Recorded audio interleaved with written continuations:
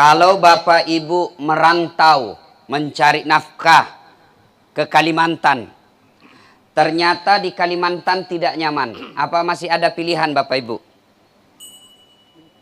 Bapak-bapak kira-kira kalau merantau ke Kalimantan, di Kalimantan tidak nyaman, masih ada pilihan enggak?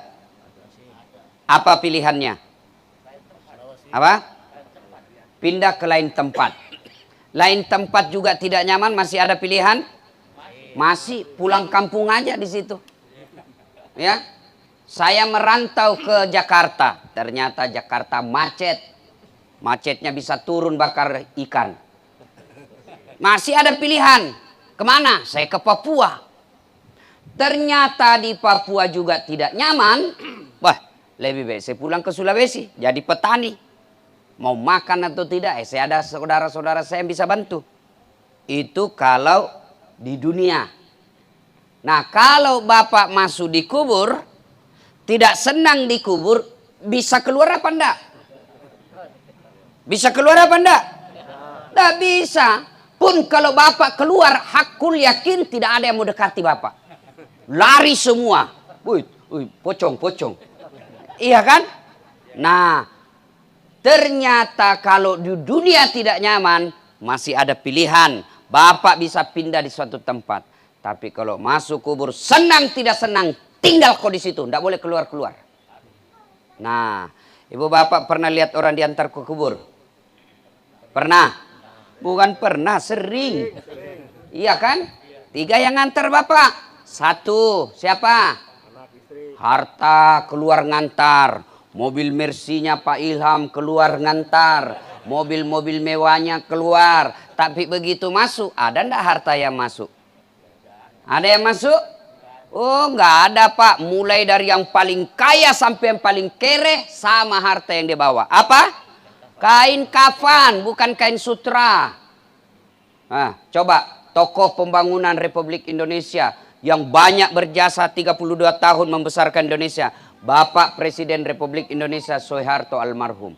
Ketika wafat, apa Bapak lihat kain sutra yang kafani? Enggak, kain kafan. Besok Pak Ilham kalau wafat, Pak Jamal kalau wafat, pemilik parfum Arab. Apa kalau wafat pakai parfum Arab? Apa? Pakai Angelman? Enggak, pakai apa? Kapur barus.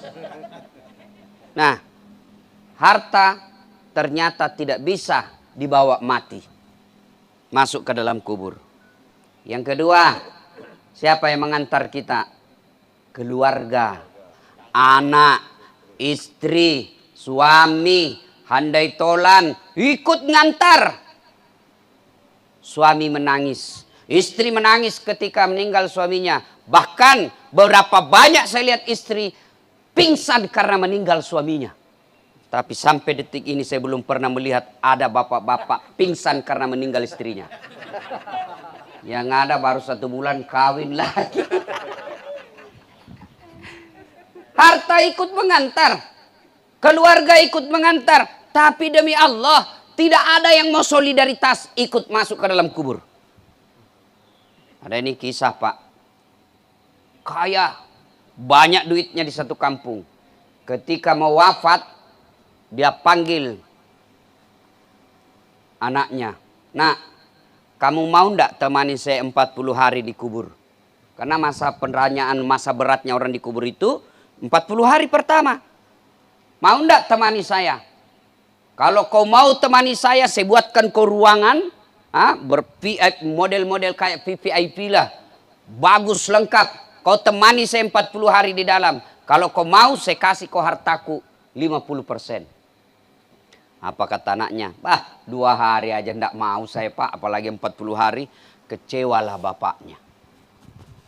Setengah mati saya sekolahkan, habis harta saya untuk dia. Ternyata untuk 40 hari dia tidak mau temani saya. Dia panggillah istrinya. Sayangku, mau ndak kau temani saya 40 hari di kubur? Ambil aja ini hartaku 50%. Apa kata istrinya? Anakmu aja ndak mau, apalagi saya. Lalu kecewalah dia, setengah mati saya kasih uang panai. Mati saya kasih kawat giginya. Setengah mati saya bikinkan rumah mewah bermiliar-miliar. 40 hari dia tidak mau temani saya. Dia panggillah saudara kandungnya. Dek, maukah kau temani saya? Istrimu aja tidak mau, anakmu aja tidak mau, apalagi saya saudaramu. Kecewalah dia. Akhirnya dia bikin sayembara. Dia bikin sayembara. Siapa yang mau menemani saya 40 hari di kubur, maka saya akan berikan hartaku 50%. Sampai beredar ini berita, sampailah ke telinganya fakir miskin, asli paling miskin di kampung itu. Dia hanya punya satu kekayaan, apa? Kampak. Kampak aja, kenapa? Kerjanya tukang jual kayu. Dia datanglah ke itu. Orang kaya Juragan. Juragan, saya siap. Oke, tanda tangan MOU. Sudah tanda tangan, wafat betul ini orang kaya. Maka datanglah seluruh pengantar. Masuk ke dalam kubur ini orang Juragan, masuk pula lah ini orang miskin.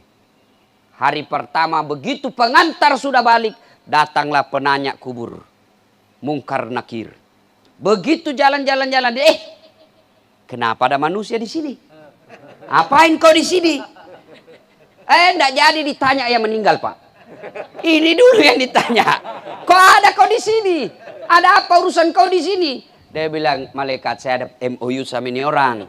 Apa? Kalau saya temani 40 hari, saya dikasih hartanya 50%. Saya ini orang miskin. Ah, masa sih kau miskin? Dia bilang, iya. Apa aja hartamu? Dia bilang, cuma satu. Kampak. Mulai ditanya kampaknya, Pak. Dari mana kau dapat kampakmu? 1 hari dia jelaskan, Pak. Karena maghrib, balik lagi. Besok kita lanjutkan. Sama KPK. Tuh. Hari kedua datang lagi. Ternyata clear, Pak. Sumbernya halal. Besoknya ditanya lagi hari kedua. Kau gunakan untuk apa itu kampakmu? Ditanya, Pak. Dijelaskan. Kau gunakan untuk apa? Saya tebang yang sudah baik. Saya jual. Nah, dan seterusnya. Sampai sore. Kita lanjutkan besok. Tanya hari ketiga. Siapa yang beli itu? Sudah layak enggak dia beli? Jangan sampai kau tipu pembelimu. 1 hari lagi ditanya. Berhari-hari. Akhirnya tiba ke hari 40. Baru datang malaikat langsung lompat, Pak, ini orang. Langsung naik. Enggak jadi ditanya. Lari dia. Seluruh orang di atas tepuk tangan. Hebat kau, Bang. Kau dapatlah harta 50%. Selamat atas keberhasilanmu. Apa dia bilang? Apa 50%? Saya tidak mau. Ambil aja. Ini aja kampak 40 hari saya ditanya. Ambil aja, saya tidak mau. Ini kampak 1, Pak. 40 hari prosesnya. Tidak mau saya. Pak Ilham, bayangkan bagaimana mersinya Bapak ditanya. Hati-hati, Pak. Ini yang sudah pensiun, yang sudah muka-muka sakaratil maut. Hati-hati, Pak. Bapak dapat Rolex dari mana? Istrimu yang selalu ke salon tiap bulan dari mana? Itu bakal ditanya semua, Pak. Demi Allah. Semua akan ditanya. Nah, masuklah kita di kubur. Ternyata setelah malaikat kembali, pengantar kembali, yang ketiga yang mengantar kita, apa itu? Amal baik keburukan maupun amal kebaikan. Timbun kita. Pernah merasakan padam lampu, Bapak Ibu? Ibu-ibu pernah merasakan padam lampu? Pernah? Sering, Pak, saya di kampungku. Kalau padam lampu, bayangkan. Rumah tiba-tiba dimasuki ular. Padam lampu, ular masuk dan itu ular sanca. Yang kalau ditatuk 2 menit tidak dapat pertolongan, bisa wafat kita. Gelisah kan reaksi Bapak? Ular, saya aja lihat itu ular piton. Ngeri, padahal di TV, Pak, saya ngeri. Apalagi kalau dia ada di rumah dan padam lampu. Bagaimana reaksi kita? Na'udzubillah min zalik. Padahal kalau padam lampu masih ada senter HP.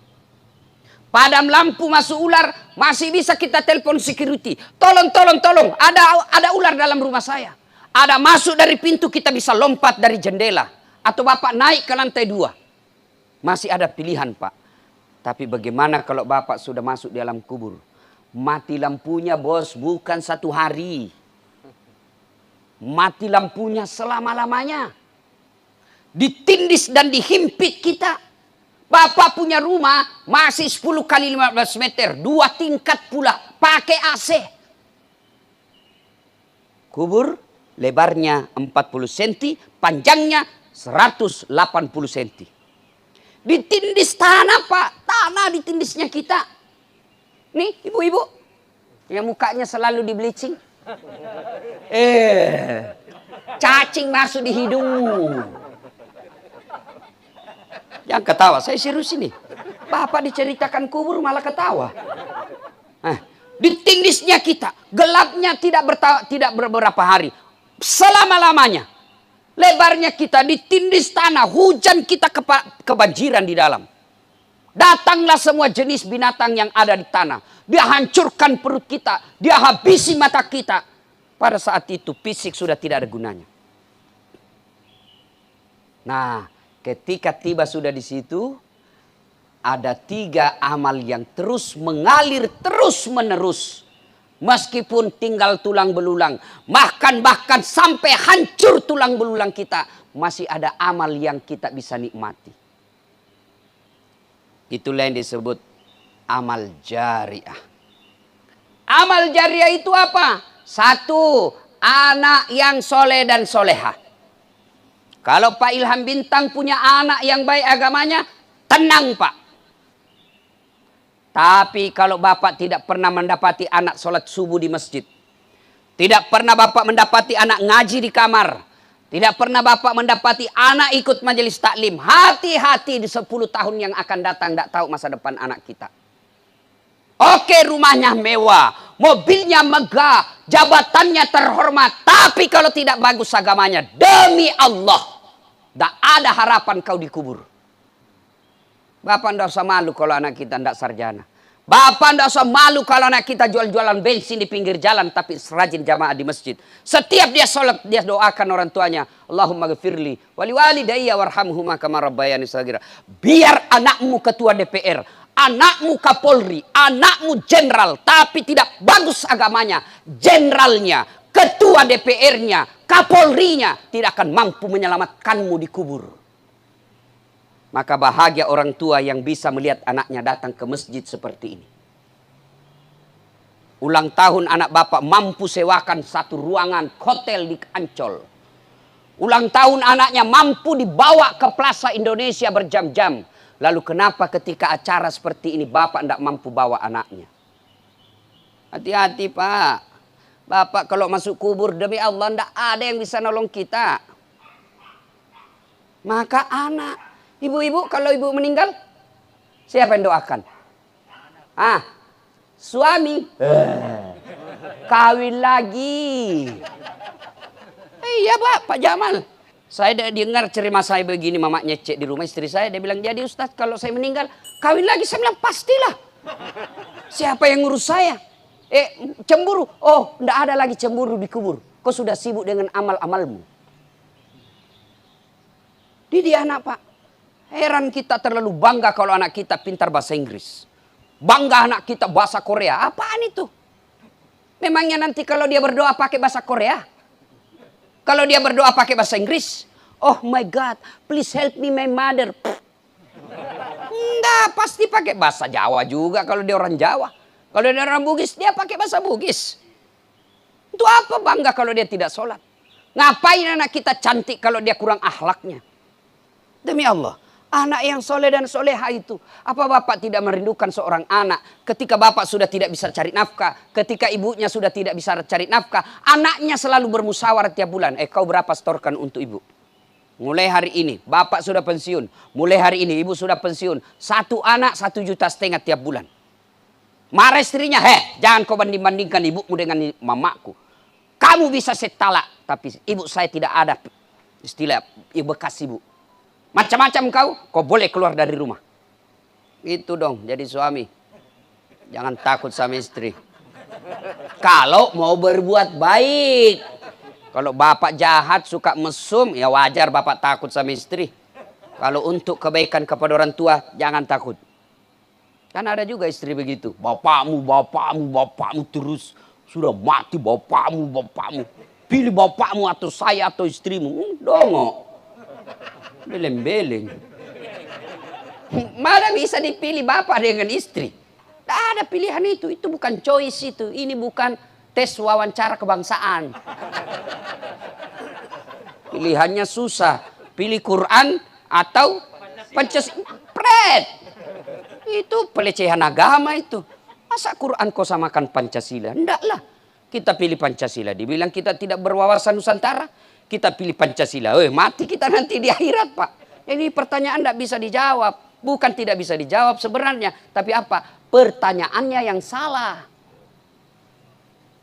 Saya ditanya bagaimana soal wawasan kebangsaan ke Ustadz. Oh wajib, Pak. Ustadz harus tahu wawasan kebangsaan. Kenapa? Karena dia akan ceramah di Nusantara, bukan di Arab. Dia harus tahu wawasan kebangsaan. Kenapa? Dia tidak akan ceramah di London. Di mana tanah dipijak, di situ langit dijunjung. Itu amal prakteknya ya wawasan Nusantara. Saya setuju dengan Pak Karno. Menjadi Islam tidak harus Arab. Menjadi Hindu tidak harus ke India. Jadilah Islam dan Hindu orang Indonesia. Tapi jangan pertanyaannya itu tadi. Pilih Pancasila atau Quran. Nah salah itu. Apa hubungannya? Nah ibu bapak saudara-saudara sekalian. Saya Pak Ilham kalau soal wawasan kebangsaan sudah hatam Pak. Kenapa? Saya SD penataran P4. Iya toh. Masuk SMP penataran P4 lagi 1 minggu Pak. Masuk SMA penataran P4 lagi. Masuk kuliah lagi S1 penataran P4 lagi. Sampai kita jadi pegawai tidak sah 100% pegawai kalau tidak prajabatan. Dan apa isinya? P4. Apa inti P4 itu? Eka Prasetya Pancakarsa. Apa artinya? Menghilangkan kepentingan pribadi untuk kepentingan bersama.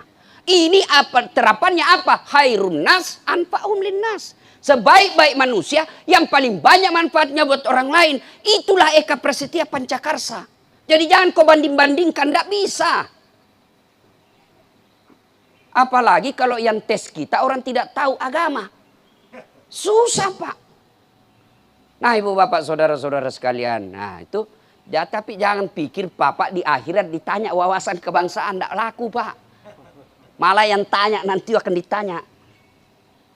Siapa Tuhanmu? Langsung dia jawab, ketuhanan yang Maha Esa. Oh hancur kok Pak. Langsung kok di blender cilaka. Ibu bapak saudara-saudara sekalian. Ya, sudah masuk di kita di alam kubur. Nah yang bisa menyelamat kita anak yang soleh dan soleha. Bagaimana mewujudkan anak yang soleh dan soleha? Silahkan bapak ikuti apa namanya itu pelatihan parenting. Apakah namanya itu? Cocok itu Pak Ilham? Banyak sekali sekarang pelatihan ini. Boleh Bapak Ibu ikuti. Tapi sesat dan menyesatkan kalau Bapak tidak buka Al-Quran. Bagaimana cara mendidik anak itu secara detail dalam surah Luqman. Mulai dari ayat 12 dan seterusnya. Baca di situ. Ya bunayya, wahai anakku. La tusrik billah. Jangan kau serikatkan Allah. Anak kita yang kecil-kecil senang lagu. Ajarkan tauhid melalui lagu. Tuhan saya Allah, Allah Tuhan saya. Kalau bukan Allah, bukan Tuhan saya. Di Indonesia banyak Tuhan dan itu semua dilindungi undang-undang. Jangan kau hina Tuhannya orang. Tapi Tuhanmu kau nak Allah. Lain Allah, bukan Tuhanmu. Tapi kau tidak boleh menghina Tuhannya orang lain. Itu. Ajarkan lagi. Katakan Tuhan itu satu. Ome Rama. Itu waktu saya kecil kan lagu-lagu juga begitu.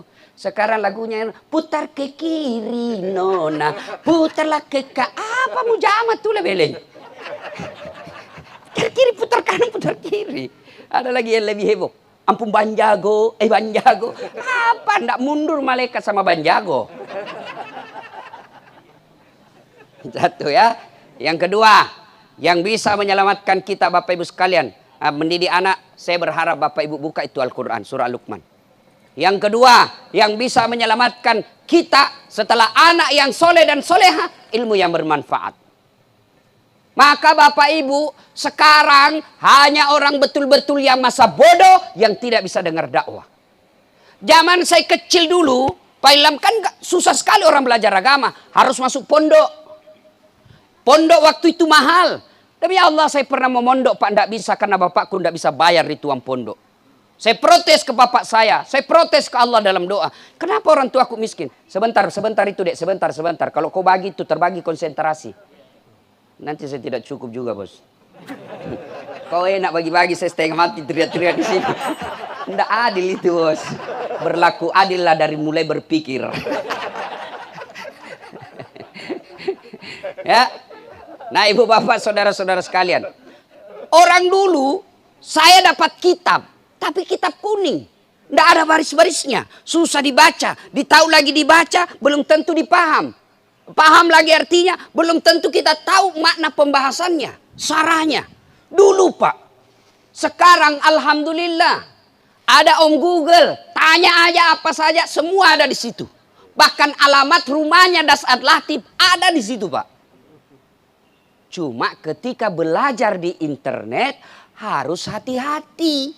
Kenapa? Ada orang yang sentimen terhadap persaudaraan kita di Indonesia. Rukun Indonesia kalau mau dihancurkan, Pak, kacaukan persatuannya. Dan bagaimana cara mengacaukan persatuannya? Salah satu dimasuki melalui mazhab.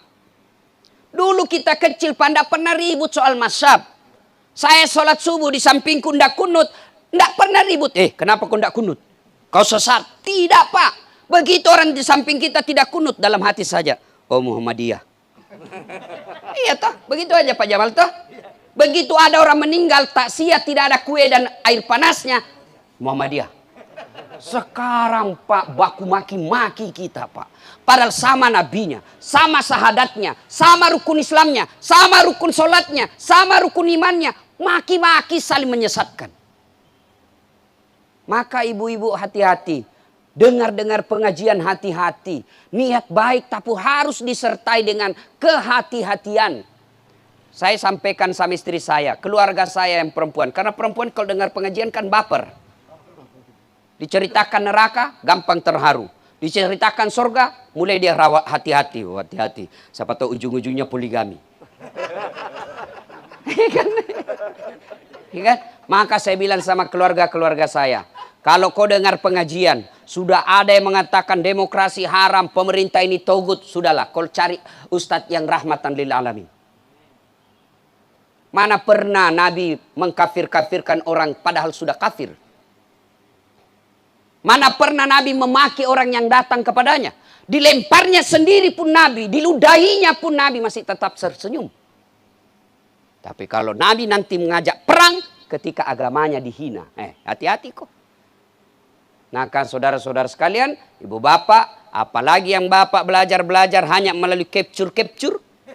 Foto-foto hadis disebarkan. Bos, belajar hadis itu tidak bisa dipisahkan dengan asbabul wurud. Apa itu asbabul wurud, Ustadz? Sejarahnya itu hadis turun. Ya, sudah itu ada matan. Apa itu matan? Isinya itu hadis. Redaksinya. Apa kalau bahasa populernya lagi sekarang? Narasinya. Narasinya itu hadis. Tidak boleh tinggal sampai di situ. Tidak boleh berhenti dari situ. Tapi juga harus ada sarahannya. Pembahasannya. Kalau Bapak berhenti tidak melalui pembahasan, maka Bapak bisa salah memaknai hadis. Contoh, jangan hadis, Al-Quran saja.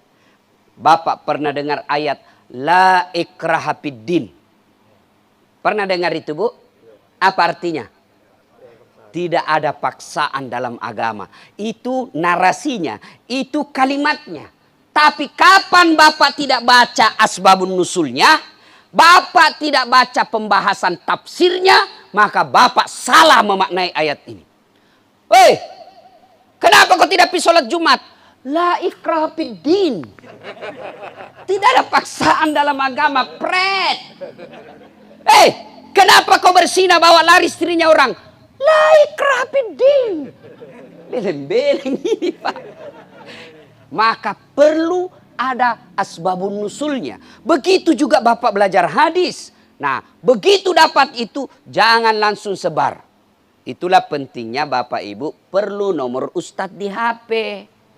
Jangan cuma nomor wali kota, kontraktor, anggota DPR. Tapi harus juga ada nomor ustadz. Begitu Bapak mulai cemas, begitu Bapak mulai bimbang soal sesuatu, tanya itu ustadz. Kalau ditelepon tidak dijawab, jangan sangka buruk, berarti ustadz lagi ceramah. Belum juga dijawab, bisa jadi ustadz ketinggalan HP. Di WhatsApp tidak dijawab. Sombong. Bukan sombong. Banyak yang masuk. Kalau bertanya mau efektif SMS. Karena sudah jarang orang pakai SMS sekarang. Tapi kalau Bapak SMS saya. Jangan saya disuruh bayar. Karena ada juga saya disuruh bayar lah. Seke. Apa dia tulis? Nomor ini gagal mengirim pesan. Jika Anda setuju membayar Rp640 ketik yes. Apa kau yang bertanya? Kau lagi mau dibayarkan? Yang ketiga, yang bisa menolong kita di padang di alam kubur nanti, sedekatun jariyah, sedekah. Yang mana itu Ustaz? Ini masjid. Demi Allah Pak Ilham, rumah Bapak yang mewah itu, Bapak masuk kubur, wabillahi taufiqul hidayah. Keluar Pak dari situ. Rumah itu tidak bisa menolong Bapak di kubur. Apa yang bisa? Yang Bapak Pak Ilham tanamkan di masjid ini. Satu kali Nabi ketika Isra Mi'raj, Nabi melihat ada manusia menanam satu biji. Satu biji. Begitu dia tanam biji langsung tumbuh. Tidak cukup sampai di situ. Pada saat yang sama langsung berbuah. Dan pada saat yang sama buahnya langsung matang. Dan pada saat yang sama bisa dipetik. Hebatnya lagi dipetik muncul buah baru. Petik muncul lagi buah baru. Tidak habis-habisnya. Tanam langsung panen. Panennya berkali-kali. Kira-kira Bapak pernah dengar di Indonesia tanam langsung panen? Ada Bapak Ibu? Di kampungku di Pindrang. Itu Pindrang Pak dekatnya Parepare. Parepare itu Pak dekatnya Maros. Maros itu Pak dekatnya Makassar. Makassar Bapak sudah tahu. Itu di kampung saya tanam gagal panen. Ini tanam langsung panen. Dan apa itu? Allah sediakan. Nih lahan. Silahkan tanami ini masjid Pak. Tanami dengan apa? Bapak yang punya kekuasaan, tanami dengan kekuasaan. Tanda tanganmu. Alhamdulillah saya dengar ini. Tanah pemerintah diberikan kepada umat Islam. Alhamdulillah. Yang tanda tangan itu sudah dapat bekal untuk alam kuburnya. Meskipun dia bukan punya ini tanah, tapi dengan tanda tangannya. Bapak sebagai anggota dewan, mulutmu gunakan untuk membela bagaimana supaya ini bisa cepat sampai. Masukkan proposal, kasih masuk anggaran ini. Bapak yang punya duit, ayo tanamkan di sini. Saya 1000 sak semen. Aman sudah Bapak. Sudah dapat itu. Dan demi Allah, harta deposito masih bisa diambil orang. Rumahnya Pak Ilham yang mewah masih bisa diambil orang ketika ada pembebasan tanah. Bapak tidak bisa lawan negara. Tapi kalau sudah masuk ke masjid ini Pak, tidak satu ekor manusia pun yang mampu mengambilnya. 3 aja harta kita yang kita miliki kata Nabi. Ini aja yang kita miliki. Apa itu Ustaz? Mobil? Belum tentu. Rumah juga belum jelas. Deposito? Apalagi? Saham? Oh kalau turun seperti Pertamina, Garuda habis Pak. Pertamina berugi. Saya heran Pak Ilham. Kenapa bisa rugi itu Pertamina Padahal tidak ada orang ngutang di SPBU. Tidak pernah saya ngutang di SPBU Pak. Maka saya ini orang bodoh. Bagaimana ceritanya bisa rugi di Pertamina? Bahkan kadang-kala Anda bilang sudah 1 liter padahal tidak cukup 1 liter. Kok bisa rugi? Ada apa gerangan kira-kira ini? Cuma kalau kita cerita begini di Bimba kita dibilang ustaz radikal. Bukan radikal ini dong. Ini namanya amar ma'ruf nahi mungkar. Lucu-lucu tuh ini Republik Indonesia Pak. Tapi inilah negara kita harus cintai. Tidak boleh kita maki-maki lalu kita hancurkan. Tidak Pak, karena di sini kita hidup. Maka kewajiban kita meluruskannya. Bersama-sama saling mengingatkannya. Ibu bapak saudara-saudara sekalian. Bapak yang punya tenaga, ayo tanam dengan cara apa? Angkat semen. Bersihkan, gali, ikut bantu-bantu. Itu bapak nanam biji dengan tenaga. Saya tidak punya duit Ustaz. Tidak bisa juga sudah tua Ustaz. Tenaga sudah loyo Ustaz. Sedekah dengan apa? Sedekah dengan otaknya. Kalau bapak brilian. Adik-adik remaja. Tidak ada duit, tidak ada waktu, gotong royong. Maka sedekah dengan ilmumu. Saya tahu menggambar. Saya bisa gambarkan ini. Di sini ini cocok ini. Itu sedekah. Saya tidak punya duit Ustaz, tidak punya kekuasaan, tidak punya waktu, tidak punya tenaga, tidak punya ilmu. Bantu dengan apa? Diam. Jangan kau banyak bicara. Ada juga itu Pak, tidak pernah nyumbang, tidak pernah datang di masjid. Ya. Makok bawah nolak seke. Nah ibu bapak saudara-saudara sekalian, mari ambil lahan di sini Pak. Dan demi Allah, tidak ada orang bangkrut gara-gara sedekah. Ada bapak pernah dengar di komplek ini, itu Ustaz bangkrut dia gara-gara rajin dulu sedekah. Yang bangkrut gara-gara apa? Selingkuh. Bukan poligami ya, bukan poligami. Selingkuh. Kalau poligami kasih bangkrut orang, sudah bangkrut Pak Jamal. Tapi sampai sekarang meskipun hampir 2 tahun tidak ada jamaah, tetap eksis. Kenapa? Karena ada 4 yang doakan beliau. Kalau cuma 1 berarti kemungkinan batal yang 1 Pak. Kalau 4 masih ada peluang 4 doakan kita. Bapak yang sudah tua tidak usah pikir lagi Pak. Tidak usah pikir, cari repot Pak.